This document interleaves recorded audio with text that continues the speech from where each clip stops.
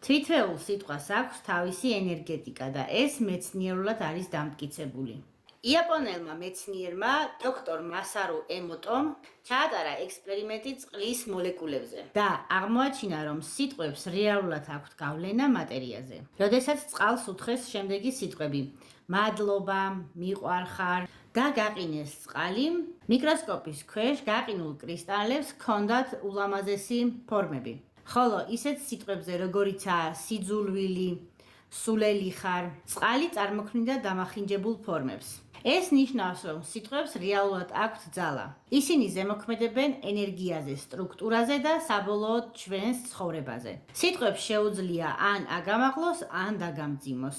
რაც თავარია, ამ ყველაფრის შეცვლა შენ თვითონ შეგიძლია. დაიწყე დღევანდელი დღიდან და ყურადღება მიაქციე, რას ფიქრობ საკუთარ თავზე. რას ამბობ სხვებზე და როგორ საუბრობ სამყაროზე. თუ გაქვს მსგავსი ნეგატიური წმენა წარმოდგენა, მე არაფერი გამომივა, ის შეცვალე, მიუხედავად ყველაფრისა, მე მაინც შევძლებ.